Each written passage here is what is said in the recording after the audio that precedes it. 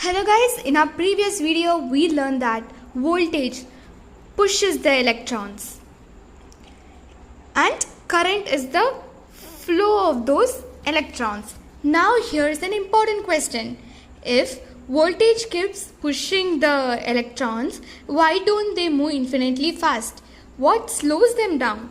The answer is resistance. So our today's video is about resistance. Actually, what happens inside a wire? For example, in a copper, this is copper wire. What happens is there a copper wire? See, this copper wire has billions and billions of atoms packed together it. Inside the wire are copper atoms and free electrons. The free electrons are able to move throughout the metal, right? So in last video we have seen if there is no battery, those electrons will move randomly. If they move randomly, what happens? They cancel out each other, right? So there is no net current. So that's why we are connecting battery or generator to produce voltage, right? Voltage is the electrical pressure. After battery is connected, there is electric field. This field pushes the free electrons in one direction. Now the current begins to flow, but the journey isn't smooth. As electrons travel, they continuously interact with the copper atoms that make up the wire. Each interaction changes the electrons' direction or it slows down. Even though the electric field keeps pushing the electrons, these countless interactions oppose their motion. This opposition is called the electrical resistance. So resistance does not mean electrons stop moving. They continue moving through the conductor. Resistance simply makes it more difficult for them to move. It's like riding a bicycle uphill. You still move forward, but you need more effort than on a flat road. So where does most of the energy goes? The energy is transferred to the atoms of the material. That means the atoms vibrate. Okay, that's why current flowing through a resistor produces heat. That's why devices like electric heaters, toasters, bulb filaments become hot. Electrical energy is converted into thermal energy. So which materials have low resistance? Some materials allows electrons to move easily. For example, silver, copper, gold, aluminium allows electrons to move freely. That is known as good conductors. Copper is commonly used in electrical wiring because it combines low resistance with reasonable cost. Next, which materials have high resistance? Yes, that is insulators. Example, rubber, plastic, glass, wood. These are insulators. They protect us. They are used to protect us from electric shock. So what are the factors which are affecting the resistance? See, there is a formula. Okay. R equals to rho L by A. Okay, this is resistivity. This is length, area. So resistance depends on resistivity, length and area. Okay, and also it depends on the material, right? We have seen, right? Conductor, insulator, it depends on the materials. Okay, Next, it also depends on the temperature. As the temperature increases, the vibration also happens, right? Vibration also increases. So the electrons will experience more interactions while moving. As a result, the resistance increases with temperature. So what is the unit of resistance? Ohm.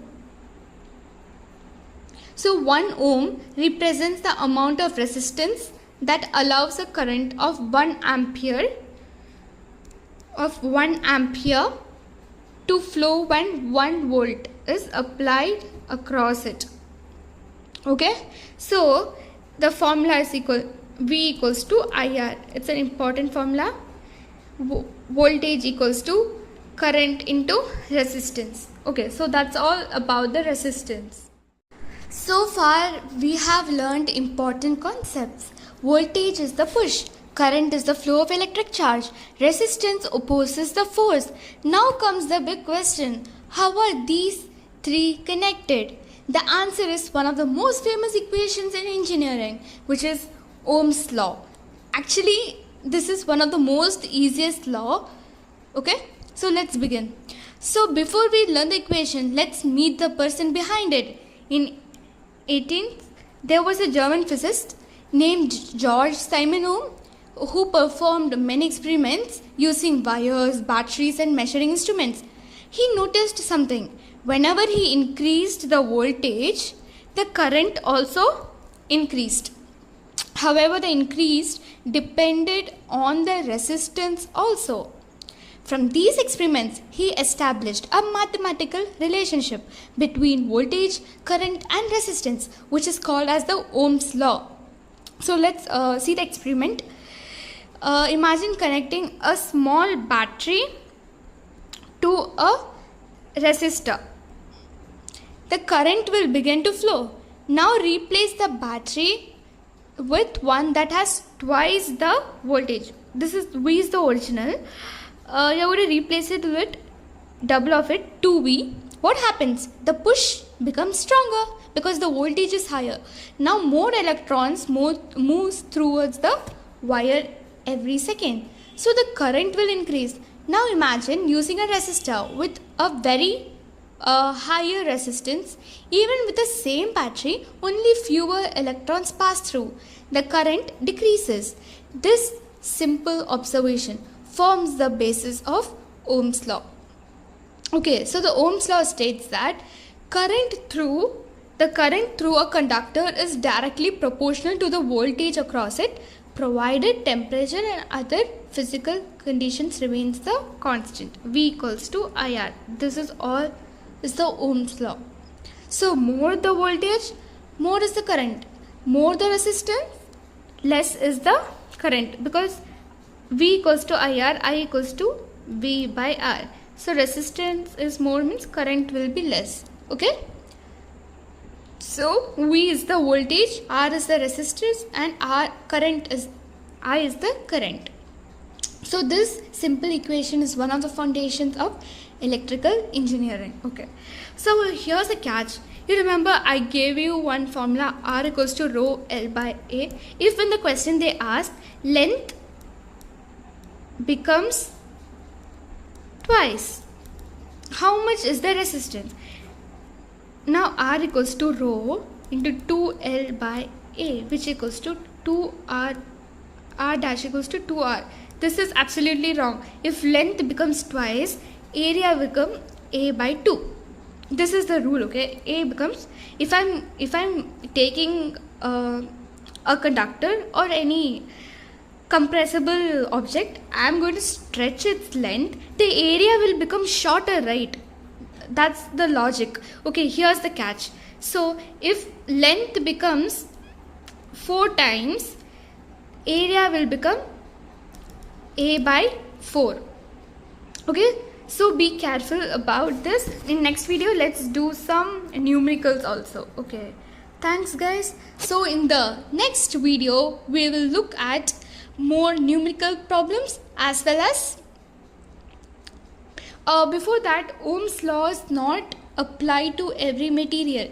Devices such as diodes, transistors, LEDs and semiconductors, the Ohm's law, it's not actually applied well. It does not have a constant relationship between the voltage and current. So for these components, the relationship is more complex. So we will learn about them in future videos. Okay. So now that we know Ohm's law, we are finally ready to solve real electrical circuits. So in the next video we'll learn about electric power and discover why some appliances consume more electricity than others. Thanks for watching, and I will see you in the next video.